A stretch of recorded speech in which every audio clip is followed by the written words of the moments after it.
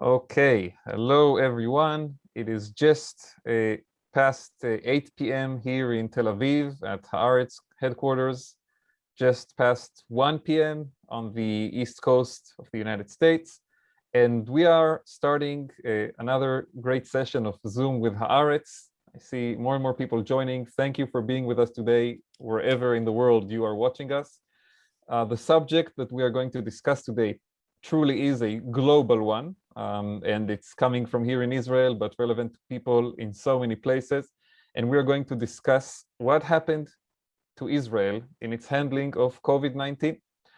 Just several months ago, Israel was celebrated all over the world as some kind of a miracle, a country that was leading the world in vaccination. Some headlines in the international media even declared it basically the first country to get over COVID-19 and enter a new vaccinated, beautiful life where everything is open again and people can pretty much do whatever they want. But now, in the beginning of August, we are seeing a different trajectory here in Israel. Suddenly, new restrictions are imposed again on all kinds of activities. There is even discussion of a national lockdown, a phrase that we thought we would never hear again, but is now back in the headlines here in Israel and seriously discussed. What happened? How did we get here? How did Israel become from the celebrated vaccine champion of the world to a country that is again discussing restrictions and lockdowns? And what can we do about this situation? To discuss all of this and other urgent issues related to Israel and COVID-19, we have today a great panel with us. Professor Ran Balicer. Hi, Ran. Thank you so much for joining us. Professor Balicer leads the national expert panel that advises the Israeli government on the handling of COVID-19, really one of the most prominent and influential experts in the country on this issue. And we're very lucky to have him with us today. And our own Ellison Kaplan-Sommer, who has been covering the impact of COVID on Israel and the Jewish diaspora for ever since we first heard of it, basically in the winter of 2020. And we'll discuss with us today a bit of what is happening, some political ramifications, new restrictions at the airport, an issue that I'm sure many of our viewers care about when it comes to Israel and COVID. While we do have a lot of questions already prepared for Ran and Ellison, we also encourage you, our viewers, to send questions via the chat. And towards the end of the hour, I will present some of those questions, I hope as many as possible, to our great panel. So again, thank you for being with us, whether you're watching this on Zoom, on our website, on Facebook, and we'll begin right away. Professor Balicer, we were supposed to hold this event yesterday. Our advertisement, first of all, mentioned an event on Tuesday evening here in Israel or Tuesday afternoon in the US East Coast. And then we had to delay it by a day. And the reason we had to delay it is because you had to attend a more important event yesterday, a COVID cabinet meeting here in Israel to discuss the new restrictions. It was an urgent meeting. What happened? Why was it so important to suddenly have this meeting? And what's going on that you had to basically go over there and not spend a lovely evening with us? Yes, that was quite an unfortunate turn of events, but here you can see I think we got it better now. So look, yesterday was basically the weekly meeting of the cabinet, and its timing changes from week to week. And the COVID cabinet had to discuss a set of restrictions and a set of measures that have been offered and requested for a while. And yesterday was the point in time where it became clear that one cannot wait any longer with some of these restrictions, albeit difficult as might be. But they were taken. And we have now introduced a set of measures. For instance, the green passport that has been policy. That means that a person that is unvaccinated cannot enter a confined setting where people are spending time without either proof of vaccination or proof that he had contracted COVID before and recovered, or that he had performed a test in the recent few days to show that he's non-infective. Without that, he cannot enter the premises. So that policy has yesterday now been put into action in every facility that accepts people indoors. So this is one example, and there was an instruction yesterday to reduce the number of people that actually come physically to work in some of the governmental offices, and reduced it so people were moving out to work remotely. And so why did that came to be this week? Because in the last 6 weeks, Israel has seen a continuous surge of COVID-19 cases driven by the Delta strain. So up until mid-June 2021, we have been in a completely different setting. Israel has been one of the first countries to start on a mass vaccination campaign on the 20th of December 2020. And that vaccination campaign was the quickest, most rapid campaign run anywhere in the world. And within less than 3 months, over 50% basically of the population got vaccinated. Vast majority of the elderly get vaccinated. And what was a surge that was seen in January turned into a continuous decline. At some point, we had like 3 cases a day of COVID-19 in the entire country, right? June, the beginning of June, was the celebration of COVID what? And basically, it came to a point in which, as you say, we've had very few cases per day. We had 2 consecutive weeks of 0 deaths per day. And very few severe cases. So yes, it seemed like that at least when we talk about the Alpha strain, the vaccine had the upper hand and was able to not only control, but actually nearly eradicate any further dissemination of the virus in the Israeli population. And how did we get from there to your meeting last night? Yeah, that's quite a change that happened in a month and a half, isn't it? And so, you know, basically on June 15, the last control measure was removed, so no more face masks indoor settings. And a week and a half afterwards, masks back on. Why? Because the downtrend has reversed, and we started to see an uptrend. And from I think about the 10th of June, the main strain in Israel became, very quickly, the dominant strain became Delta. And it was very evident from early on that Delta is something very different. This is not the COVID-19 that we have seen before.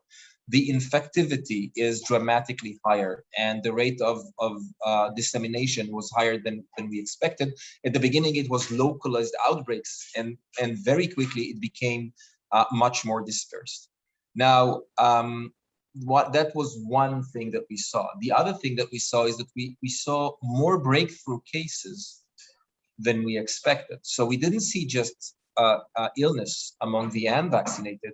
You know, Israel has most of its population vaccinated, and what we've seen was more and more cases among the vaccinated as well. And so after a while, it became clear this is a feature of this new event, and it brings a lot of questions of why that is the case. We'll talk about them later. Yeah. Yes, we have a few questions about the vaccines versus the variant.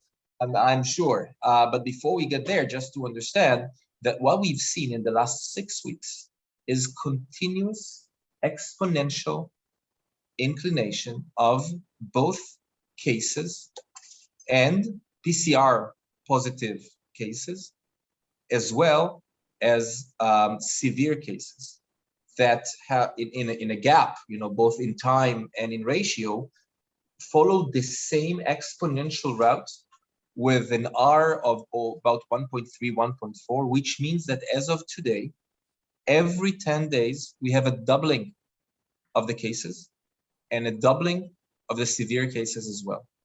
And for a while, people have waited for this to normalize in some way, and it did not. So as this continued, we now got to a point in which we have the cases by the thousands, and the severe cases around 40 severe cases per day. And what that means, just to put things into context for those who are not familiar with Israel, it's a country of 9.2 million people altogether, about 3 million of which are children, and the rest are adults. And for us, the highest peak of the third wave was about 10,000 cases per day and about 150, 170 severe cases per day. That was the worst surge that we have witnessed to date.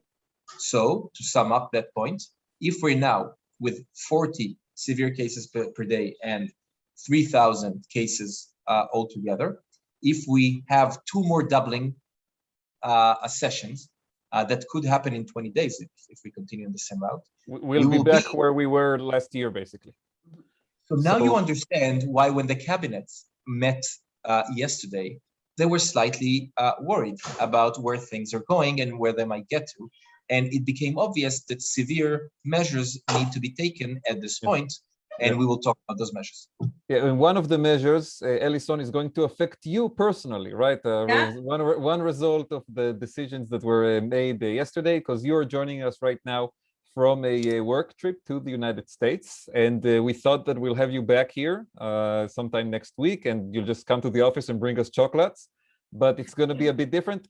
What is happening right now after the meeting that Ran attended last night with regards to people flying into Israel from the United States and many other countries? Yes, I guess I should personally thank Professor Balitzer for my week-long quarantine when I return from the United States.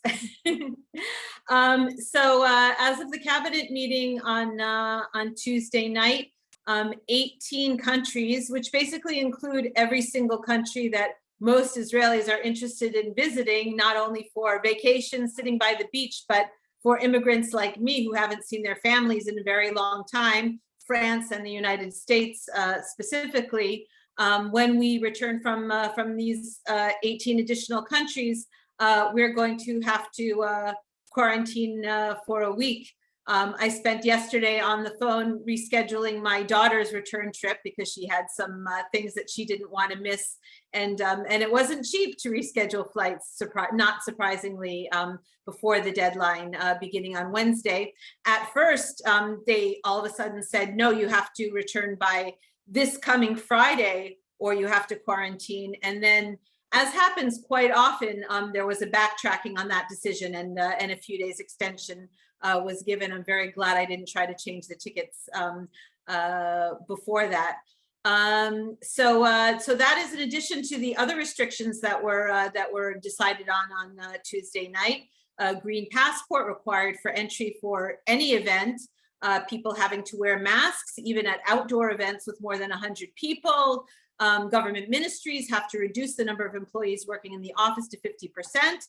Private companies are encouraged to have as many employees working from home as possible. And as usual, the health officials, like the professor, were pushing for even more restrictions. They wanted the so-called purple badge system to go into place, which requires businesses that operate to have limits on the number of people allowed inside a store. That means we have long lines, to get into a small shop. There's an anti-hugging and kissing campaign underway, no shaking hands, no getting close, etc. And looking ahead, there's a lot of speculation as to what's going to be coming up for two very important events. Number one is the beginning of school, which is September 1st. As of now, officially, school will begin on September 1st, but there is a strong lobby among health officials, if I'm not mistaken, to say, since there's only a few days of school before the Jewish high holidays kick in, why bring kids to school for a few days so that they can spread the virus and put a lot of more bring it home to the family dinner on Rosh Hashanah, basically, etc. And then the high holidays, will we have a lockdown the same way that we had last time? So, being in the United States, it feels like we're several weeks, if not a month, behind Israel, in that people are still saying, well, most people are vaccinated, and so we may see infections rising, but severe cases aren't going to be rising. We can live with the virus, which is what everyone was saying about a month ago. The exact conversation we were having here in July. Right, exactly. What's interesting, or what people are focused on, is, a mixed message of trying to encourage as many people as possible to get vaccinated. But what we're seeing right now seems to be saying to us that that vaccination isn't the magic wand that we thought it was against severe cases. And the data I don't see coming out of Israel is how many of these severe cases are vaccinated people. Yeah, I think we do have some interesting numbers on that. Professor Barasser, do you want to approach this issue? Because I can tell you also, we are seeing this come up a lot in media reports all over the world. People who are skeptical or hesitant or hostile towards the vaccines are pointing at the Israeli example and saying, oh, look, in Israel, so many people were vaccinated and they still have a rise in cases and more sick people. So what's the answer to this new claim that is surfacing? So I think that one thing is clear from the Israeli case study, and unfortunately, like before, Israel is the first responder on this, and from its lessons, the rest of the world gets the evidence required for an evidence-driven campaigns.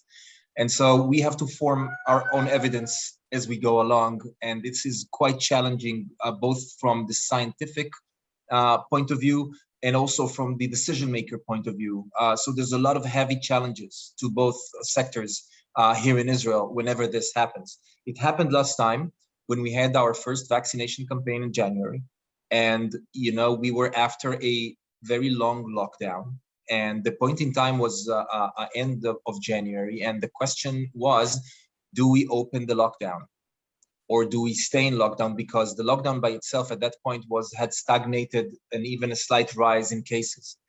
And the question was quite severe at that point. And what we had in our hands at that point in time was the first large-scale real-world assessment of vaccine effectiveness that we have driven from our data, because we have unique access to data near real time that has all of the data about everybody who got tested and their lab results and their comorbidities and their outcomes, and whether or not they did or did not test positive for COVID, or did or did not get hospitalized, did or did not have being on a ventilator, etc. And what we have shown at that point in time was exceedingly high vaccine effectiveness already shown at that point, up to 94% protection from mild illness and 92% reduction in severe illness. And that was enough in order to ease the decision makers and take the leap of faith and open the lockdown. And indeed, quite a few days later, we started seeing a very sharp decline that was anticipated because of this vaccine effectiveness. And now we're in a different position because the data right now, what it suggests, the real world data, is very difficult to analyze. And I will try to explain why. The early data that we have from the first 3 or 4 weeks of these 6 weeks of disease surge has been more local and localized and sector specific. And because it is so skewed, it affects a segment of the population with some specific characteristics that cannot be compared to, to pairs that come from a different locality, from a different sector, from a different level of baseline vaccination, and can lead to very wrong conclusions when one does its usual back of an envelope assessment of things like vaccine effectiveness. So we've warned people to be very wary of taking this data as is and trying to deduce from it vaccine effectiveness. Point number one. Point number two, in Israel, in the older age groups, which are the age groups where severe morbidity takes place, vast majority of people are vaccinated. In the sectors we're talking about here, over 90% are vaccinated. This is over what age group? 60, for example? For above 70, definitely 90%. If we're talking about, and actually above 62, if we're talking about the general sector, which is the sector where this happened, there was almost no morbidity at this point neither in the ultra-Orthodox sector, nor in the Arab Israeli population. So it was really more on the secular Jewish centers. And because of these, when you take a look at the data at that point, you would expect to have at least half of your severe cases take place among the vaccinated. Because so many are vaccinated. Because if let's say that 90% of the population that you're talking about, it could be 95 in a certain area, but let's say 90% are vaccinated, and the vaccine effectiveness is 90%, then what you will have is basically from all the severe illness, the 10% that are not vaccinated will get their usual rates, and the other 90% would have 90% of their expected rates, which would bring it almost to 10%. So about 50% of your actual cases, severe cases, will be among the vaccinated if you have 90% vaccine effectiveness. So if you have wonderful, similar to before, no change vaccine effectiveness, you'd still see half of the cases of the severe cases among the vaccinated. And of course, if you assume some reduction in vaccine effectiveness that have taken place because of Delta and because of a waning immunity of the time that has passed, and because of the combination thereof of these two, especially among the older subgroups, then you would see most, and perhaps many of the severe cases expected to be among the vaccinated. And this is very confusing. When you take a look at the data, it is quite confusing, but it is the case. But I think this is something that, the bottom line we would like to understand then, and I'm sure Ellison and many of our viewers have the same question. Would you say that right now here in Israel, the data showed us that people who are not vaccinated are at a higher risk to get severe illness from COVID-19, the Delta variant? Absolutely. There's no question about that.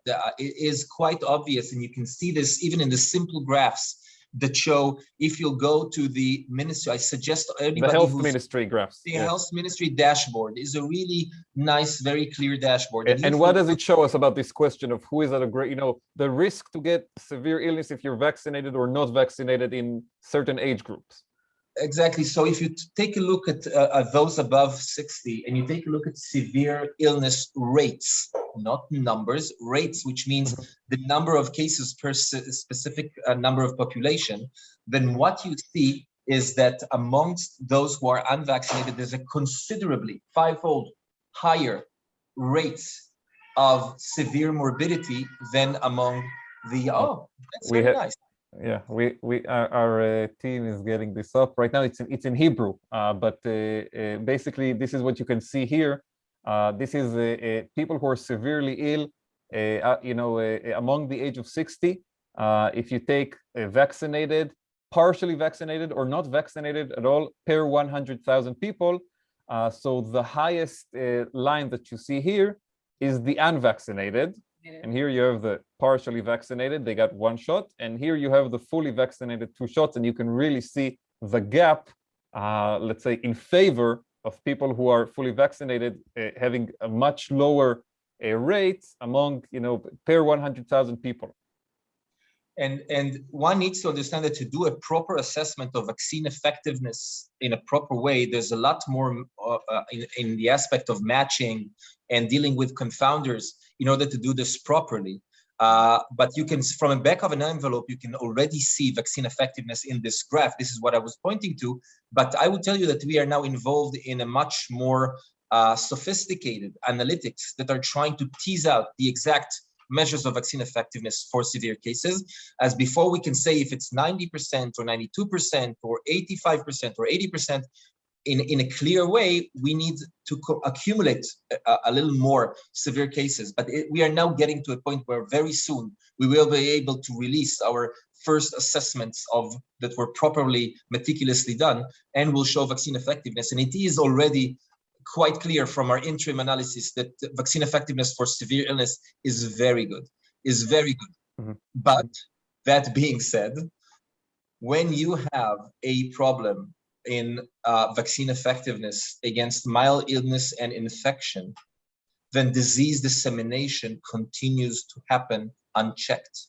Right. And unless you introduce non-pharmaceutical interventions of sorts, and we'll talk about additional vaccination soon, but unless you put non-pharmaceutical interventions of sorts into the equation, the doubling of cases, even when you have a much less frequent rates of severe illness, the doubling of the cases will eventually put you on your knees in terms of your hospital capacity. Just because of the sheer numbers. And Ellison, I want to ask you a question that relates to what we were just discussing. The public perception of all this. You know, how many people do you hear from, talk to, who are hesitant or don't fully understand these numbers, or say that it's confusing, and basically express a point of view that is the opposite to the numbers that we just saw very clearly? I mean, I don't know very many sort of vaccine refusers or vaccine hesitant people. I think that people are having a lot of trouble right now with risk assessment, understanding what is dangerous or not dangerous to do right now, or what is risky or not risky. I think that when Professor Ballister's data comes out, the very important number will be in the severe cases. What would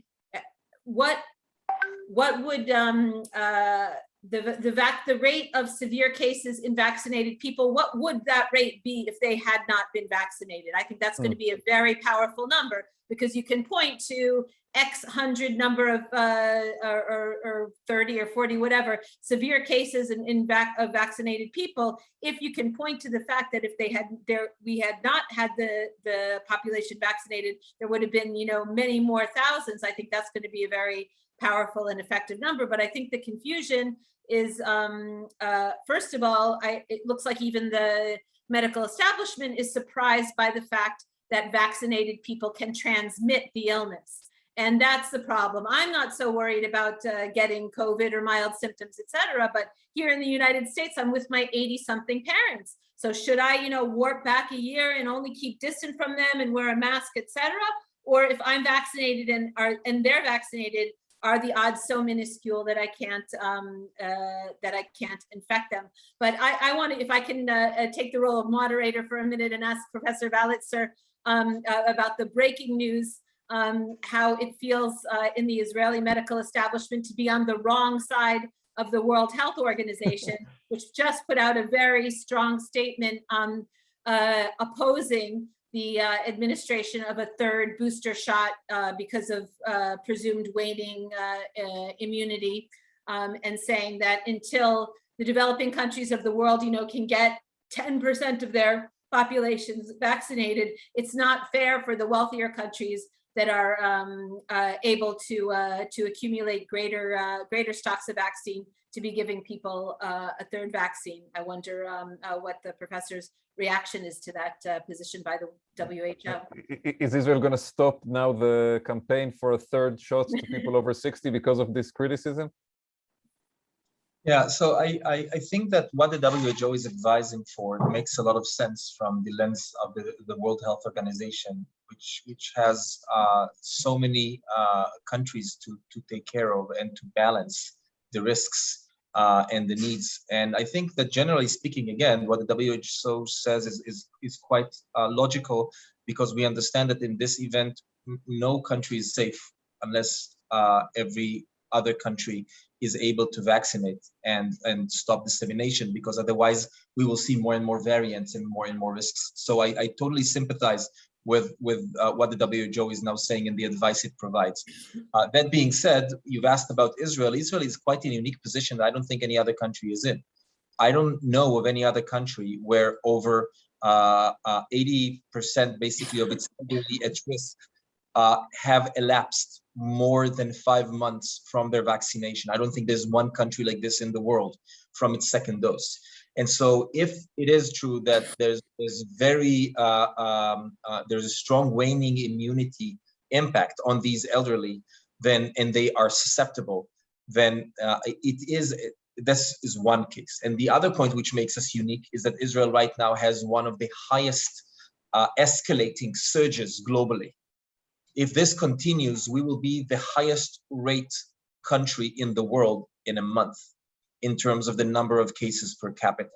So you combine those two aspects, and you can't sit on the sidelines in this unique position and not protect at least your elderly. And many people ask, so if you think a vaccine is good, a third booster dose is good, why don't you provide it to everyone? Why do you only provide it for the 60 years and older population? And I think, first of all, the reason is because in that subgroup, you would expect the highest risk-benefit ratio. They have the most to lose from contracting COVID. There's over 10% chance that if a person over the age of 60 that is now offered the vaccine will contract COVID-19, there's over 10% risk that he will find himself hospitalized with severe illness. These are pretty serious odds. And in that case, we felt, after discussions of weeks and a lot of back and forth and several votes against, when we got to a point in which it was clear that the imminent clear risk to these people right now that is continuously escalating is one that we can no longer ignore, and that we have to offer them a booster dose, even if we do not have clear population-wide studies on safety and effectiveness. And this, leap of faith that we had to take as decision makers in this country was that, again, it is accustomed in many of the vaccines provided for viral diseases to have booster doses. If you take a look at, when you vaccinate against, let's say, hepatitis B, you give a dose at day 0, at 1 month after the first the dose, and then 6 months after the first dose, you get your booster dose. So this is not unusual. And in this case, there were not long enough studies to be able to suggest what is the perfect and the most appropriate schedule for this vaccine, and it's now being studied. And I know other countries are very much looking into this and trying to see. But I think, once again, it's important for Israel to embark in this, because it will provide the world with the evidence that's required, both on safety as well as effectiveness. And then all of the world, WHO-led and specific countries, will be able to determine the benefits and risks of revaccinating the elderly versus providing additional first doses to the young population. So do you feel like Israel's unique in some way, or do you feel like we're just the canary in the coal mine and that we're a few steps ahead of everybody? And what we're seeing with the Delta variant right now in Israel, the surge you're talking about, it's only a matter of time before other countries are facing the same problem? I think that it's only a matter of time, because there's nothing unique about what happened here, except the fact that we got vaccinated very early and very quickly. Mm-hmm. Other countries that were early to vaccinate did not vaccinate quickly. They had different vaccine dose sparsing. So in some cases, 3 months between the doses, in some cases, 12 weeks. But they had different scheduling, 12 weeks or 6 weeks. They had different scheduling, and therefore the usual average person, elderly person, has a much shorter time span since he got vaccinated to this point in time. So if the waning immunity preliminary evidence would prove to be correct and accurate and influential and key in what we see today in the breakthrough cases and the severe cases, if that was the case, then they could expect to see the same phenomena in 3-4 months from now. And in that sense, we are the canary in the mines, I'm afraid. Ellison, something I want to ask you, and then I'll also refer a different question on the same subject to Professor Balicer. Can you bring our viewers a little bit into the discussion that is still happening in Israel about the school year, which you mentioned early on, what to do with it? Mm-hmm. And specifically, you're going to publish a story for us tomorrow about the education minister, who has been pushing back against some of the more, let's say, maximalist positions regarding what should be done with the children, vaccinations in schools. How is that debate shaping up in Israel? And I think this also connects to what you just mentioned yourself, that Israel could be a bit ahead of other countries, because in a lot of countries, the school year is going to start somewhere in the next few weeks. So what's the debate looking like over here? Well, it's all part of, the larger questions that we've all been grappling with, of the potential danger of spreading the disease versus the dangers to children's education by not giving them a safe place to go and learn every day. And on a wider scale, when we're thinking about lockdowns and shutdowns, the damage done to the economy and, you know, the terrible devastation done to businesses. The education debate is worldwide, whether or not children, you know, masked, distance, should be attending school even when the pandemic is at its height. And a large percent of the Israeli population that is not yet vaccinated are children. So a lot of this discussion is, well, what happens right now? You know, we still have a number of teenagers, of youth who aren't vaccinated, but presuming that the vaccine is approved for younger ages, what will happen within the schools? How strongly will the schools push back vaccinations? Right now, if you're an Israeli parent, your child will get vaccinations. Like, you know, the classic vaccinations, a lot of them happen in school. So the health experts and the government cabinet is saying when they come, we're going to set up vaccination stations in schools and have the children vaccinated there. And controversy arose when our education minister, Ifat Shasha Biton, reacted strongly against that proposal, saying that you know, children need to be emotionally secure in their learning environment, and if you line all of them up to get vaccinated in school and some of their parents don't want them vaccinated and they aren't vaccinated, you're going to cause, you know, distress and social stigma. She was very opposed to the idea and said so on national television, and then there was a huge wave of backlash against her from medical experts, from politicians, and in the public. And, you know, some lined up to support her, but many thought it was a terrible use of words to call it a crime, as she said, to vaccinate children in schools. And to Professor Ballister, I want to ask. Professor Ballister had some choice words for her.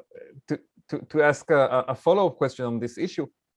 Do you think we are heading towards vaccinating children even under the age of 12, which is today the breaking line? And how soon, if it happens, do you think we'll get there?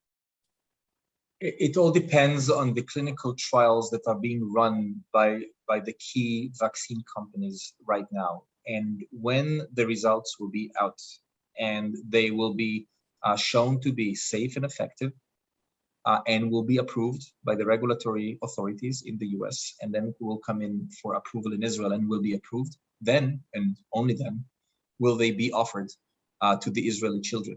This is very different from the decision we made on the booster dose, and for multiple reasons. Children are not at the same level of risk as the elderly in terms of the complications if we wait. So while they are very meaningful agents of disease dissemination, they do not themselves, not even remotely, are in the same risk as the elderly. So a decision that we've uneasily made in a time of severe challenge is relevant for the elderly, but not for that population. So I do not anticipate in any shape or form that we will take any decision on vaccinating children younger than 12 before we get the proper evidence in place. Mm-hmm. And another question that I think is on the minds of everyone, let's say that we manage with the booster shots and with another, you know, maybe a lockdown, maybe all the measures that Ellison mentioned to crush this wave as well. How do we then protect ourselves from the next variant that could come in? Should we just shut down the airport? Of course, only after Ellison lands safely in Israel. But I mean, maybe that's the way to maybe just close ourselves to the world for a while. You know, some countries have chosen the island approach, zero COVID, and for a while it worked very well for them, I must say. I don't think Israel can or should take this approach. I don't think it's sustainable, and I don't think that the Israeli mentality and culture are adapt to taking the additional commitments that are required for zero COVID, which includes, by the way, lockdowns, which would take as long as they need to get back to zero after a case just managed to come in, and the level of discipline that's required to maintain this for long. So I don't think this is a viable approach. We will get only the downsides. I don't think we will get the zero COVID of this approach. I do think that we need much better border control. I do think that the ability to diagnose, prevent, and control incoming cases and incoming variants and slow them down should be better than it is today. And there's ongoing work, and there's a specific person that's now responsible as a national project manager to try to make that happen. So this is point number one. Point number two is that I think that the status quo that we are all looking to achieve is a point in which we will all be encountering COVID-19. We will all be exposed to COVID-19. And the only question is, will we be exposed to it when we are vaccinated and protected, or when we are naive and are not? And the aim should be for us to aim to vaccinate as many people as we can, and if it will come into waning immunity, boost them as needs be. And then the continuous circulation of COVID-19 in the population would continuously maintain high level of antibodies in the population in an endemic situation, and will keep the disease at bay. And with high levels of antibodies, it has been shown, and cellular protection, it has been shown that you can mount a response that is effective not only against the variant that you have in place, but also for additional variants, even if they have some elements of evasion capacity. And so this is, I think, where we're aiming to be. We almost were there, but then again, the combination of Delta and the time that has elapsed has proven to us that the most vulnerable population is not there anymore. We have a lot of questions from our viewers. I think we've been doing these Zoom sessions ever since COVID really began, actually, on many issues: political, elections, wars. I don't remember a session with so many questions. I do want to refer one more question to you, Alison, before we go to the viewers. How is all of this playing in the court of public opinion in Israel right now? We are under a new government for the last 2 months. The prime minister wrote a book when he was in the opposition. Literally wrote the book, right? Yeah, how to crush a pandemic. Now it's back. Some of the high-level ministers in this government were very critical of the previous government for bringing us to these lockdowns. So far, how is this playing in the court of public opinion? And what do you think happens if we actually go into another lockdown? Do you think the public is ready, going to accept it, abide by it? Right. Well, until we reach this point, I'll speak, up into the past few weeks, I think that there was a public sense that was pleased with the fact that it seemed as if this cabinet, this government, was trying to make its decisions on what to do about the pandemic based solely or almost completely on the data and on how they believed COVID would best be attacked or crushed. And people had gotten very cynical in the previous governments as to the role of political considerations in some of this decision making. On the other hand, one of the reasons that people were very pleased with it is that until now, people were, the prime minister and the health officials were talking about living with the COVID. They were not taking severe measures. People were not very limited in their movements. They were able to plan their summer vacations and send their kids to summer camp. So we'll see, as this government appears to have to or be forced to move into some of those more severe restrictions, the way that the Netanyahu government did, if the relative satisfaction of the public's reaction will be sustained, or if we'll move back into how it was previously, which is, people pushing back and being angry and rebellious. I think that, if this government is able to back up the decisions that it's making with real data and real proof that it's necessary, needed, and potentially effective, that they'll be able to keep the public with them. If, as in the previous government, it doesn't seem to be, and decisions seem to be made haphazardly and at the last minute, then the public could potentially be lost. Okay, thank you. And we'll now start taking some of these many great questions. I just want to remind everyone that you can also sign up to get all of our COVID-19 coverage on everything that's happening in Israel, and also global trends related to COVID-19. So we'll have a link in the chat, and you can sign up to get regular updates from us on everything that is happening in this field. The first question I want to refer to you, Professor Balicer, is actually one of our viewers requesting that you answer Ellison's earlier question about visiting her parents without a mask. And I just want to ask both of you to keep answers relatively short, because we really have a ton of viewer questions. I want to try to get as many of them, so let's try to be short so we can get many. And so the first one, and I'll add to it a question from another viewer. This is a particularly more Israeli question. Should I send my young unvaccinated child to Kaitana, to summer camp? So Ellison's question about visiting her parents without a face mask, and then another question about sending kids to summer camp. So let's focus for a second on the issue of how one should behave at this time. And I think it is very important that everybody understands that it's a matter of personal and family-wise risk management. There's no right or wrong answers. If you want to avoid any and all risk of contracted COVID-19, close the door, lock it up, throw away the key, see you back in 3 to 6 months, we'll talk again. So this is one option if you want to be COVID-19 risk-free. So every other behavior is risk-taking, and then you need to balance the person that is put at risk. What is the risk of them being infected, which depends on whether you're protected, whether you're putting a mask, whether you're keeping your distance, whether you're washing your hands, whether the person, both people are vaccinated, which reduces the risk, although not perfectly, but still reduces the risk for being both potentially infecting others as well as being infected. And finally, those people involved, what is their risk of severe illness, which is very much driven by their age and their comorbidities. So the question is, when one goes visit their older relatives, let's take the most extreme example.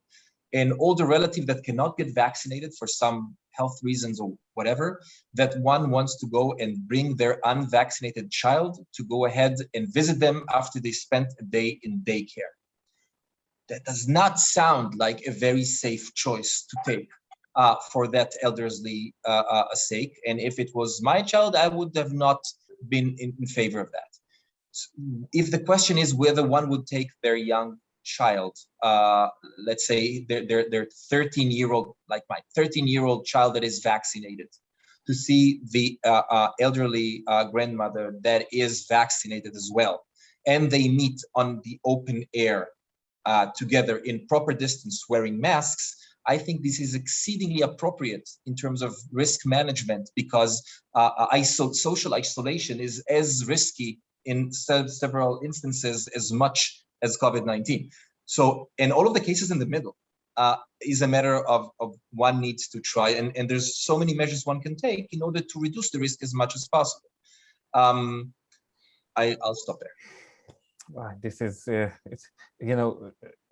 answer is very good and detailed, and yet it leaves us with so many questions.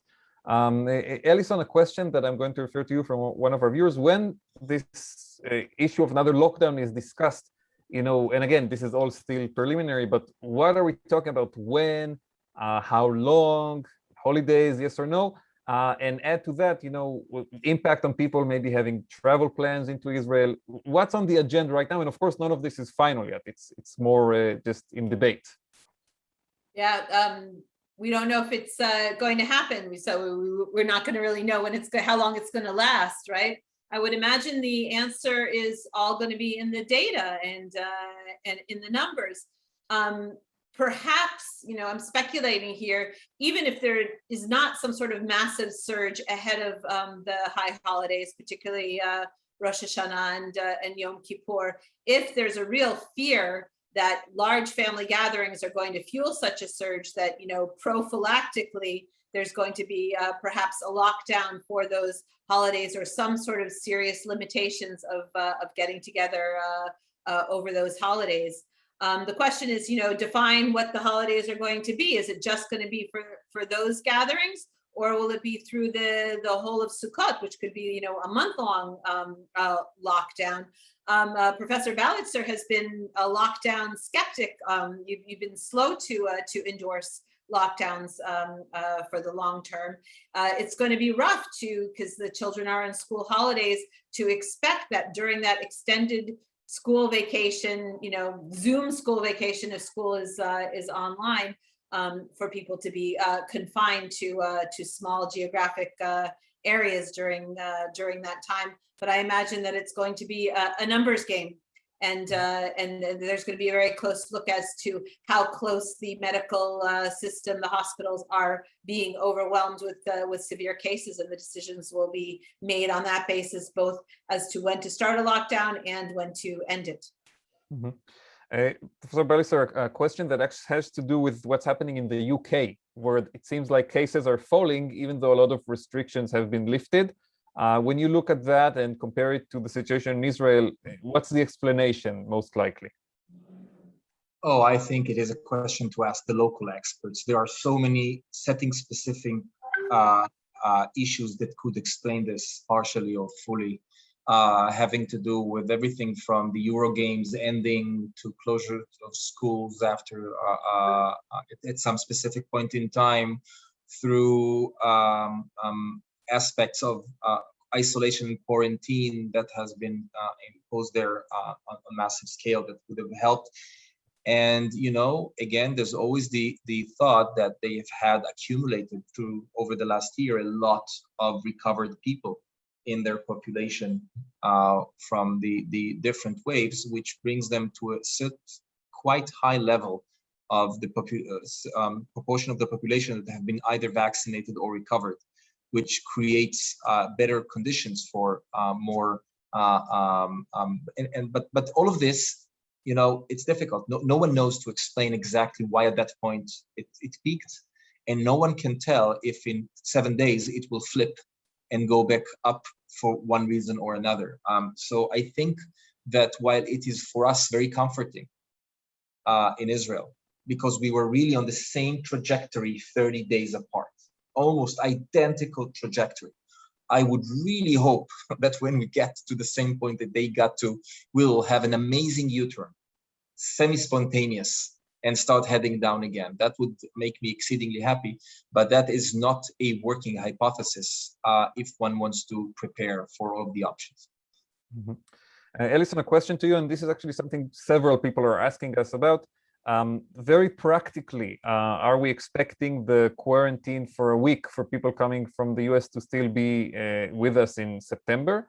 And in general, how concerned should people be about the issue of visas to Israel, whether it's for studying or for work? And this is an issue you've written for us, quite a lot about over the past year, all the different difficulties that people have faced in this realm of travel and visas. So what are we looking at ahead with these new restrictions? Well, I wouldn't expect the restrictions to turn around in any way unless the United States shows some sort of vast improvement in terms of its COVID rates. And as it says, the Delta seems to be, behind or going to catch up to Israel at some point in the US. So I wouldn't be looking to the United States getting off the list of countries that require quarantine anytime soon. So it's a question of are you willing to do quarantine if you come to Israel? Until now, people who have been on sort of established, organized group programs, yeshiva programs, the Masa program, that are willing to take some sort of responsibility to supervise the quarantine of students. They've been getting the visas. I think it's much more challenging to get one as an individual. So you can count on a lot of bureaucracy and a lot of sort of wait and see and nail biting to the last minute to see if you've gotten your visa. And I would definitely count on planning for a quarantine period to come in. Yeah, and probably for a while. Yeah. To Professor Balitzer, I'm going to try to merge two questions here. First of all, do you anticipate that now as Israelis and also people around the world, we will get a shot against COVID-19 maybe once a year, maybe once every half a year? is this going to be the new normal now? And it's going to become basically a disease that you need to get vaccinated against every, like for the flu shot, right? You get it once a year, basically, before the winter. And then do you see us at some point returning to the situation that you described so beautifully in the beginning of our conversation, the days of early June, when there was no restrictions and you could even walk inside this building, Haaretz headquarters, without a mask on? So I think that this would not be unprecedented, right? We take our flu shots annually and we're not complaining. How come we need to take the flu shot again if we took it last year? We understand that because the flu virus changes every season, then it is necessary for us to boost the response for this year's potential strains through a booster dose. And we accept this. We've been accepting this for many years. We shouldn't be exceedingly surprised if we will now have a flu and COVID-19 shot every winter in order to fit to the newest variants, which are coming in this winter or this summer. So although this is not a seasonal virus, so that's a little different in terms of the timing, but it is something that is definitely conceivable. And as time will go by, the prices of those vaccines, if they need to take place again and again, would even further decline. And I hope get to the point in which it's similar to the decisions made by every health organization in the world regarding flu. Now, would we be able to go back to June to, going back to business as usual? No masks, no, yes. I truly believe this is what we will get to. We will get to a point in which we will be able to do that. We will have to maintain much more vigilance in the border and in assessing new variants and in responding to those new variants very early.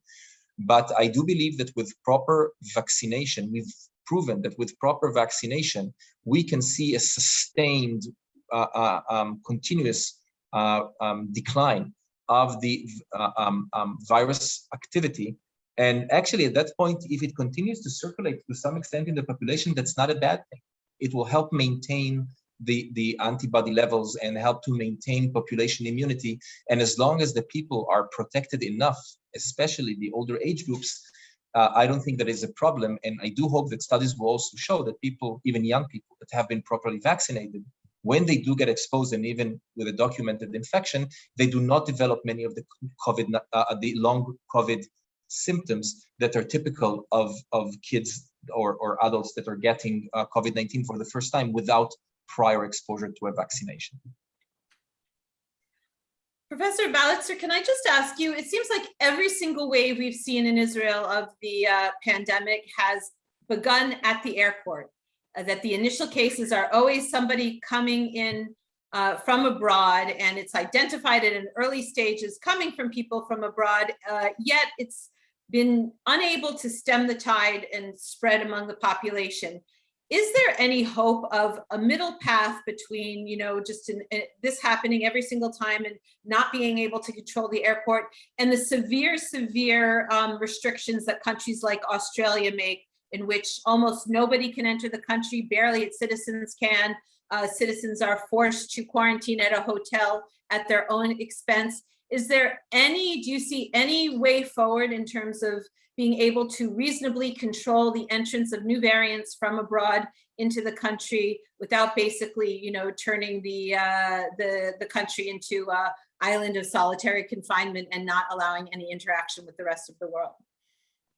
So I think that's a fine question. I think many countries are trying to find the middle path between that solitude and the complete open access options. And there is a middle ground. And there is a route that would allow you to balance those two facts, allowing tourism, allowing exchange of people, allowing a business to run as usual on one hand, but having the proper mechanisms in place to reduce risk to a bare minimum and to control it while it's been exposed.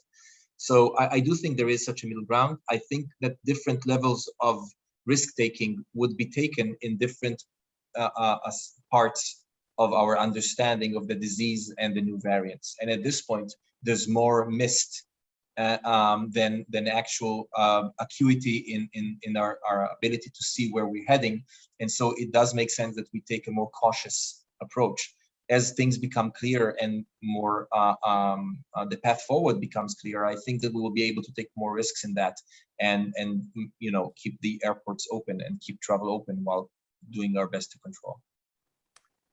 Okay, last question. I want to refer to both of you guys because we are just about to reach the end of the hour. And Ellison, I'll start with you for this one. What do we do this year with Rosh Hashanah? I don't know. It's really sad. I mean, I'm covering it, in the diaspora as well as in Israel, and there were such high hopes for getting people back into the synagogue and back around the family table for Rosh Hashanah. Israel has the advantage of good weather, so presumably, I'll see if Professor Valitzer endorses my idea, but that we could have, relatively large outdoor family meals and family gatherings over Rosh Hashanah.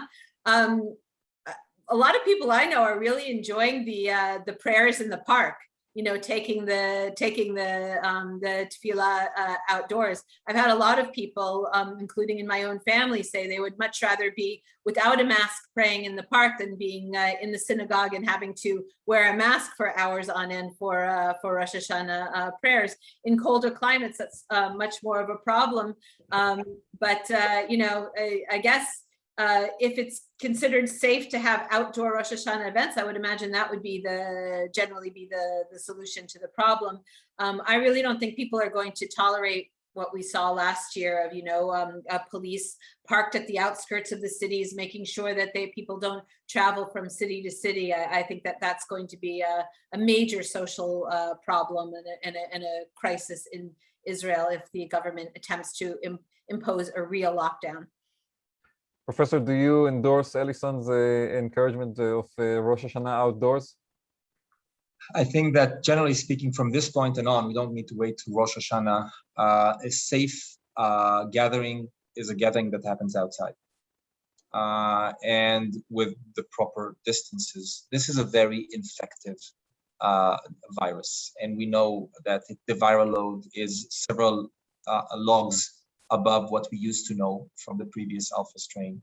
And it is much more capable of disseminating in close proximity, especially in aerosols in closed rooms, but also outside when you're very close.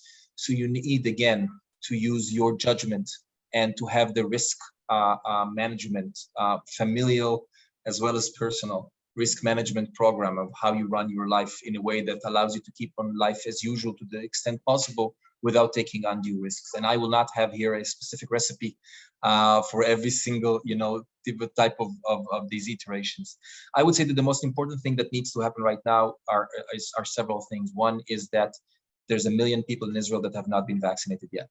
And that is, I think, the most crucial thing that should happen right now is we should somehow find them, explain to them the impact of their not getting vaccinated, especially on their own severe risk, because COVID-19 Delta will find them.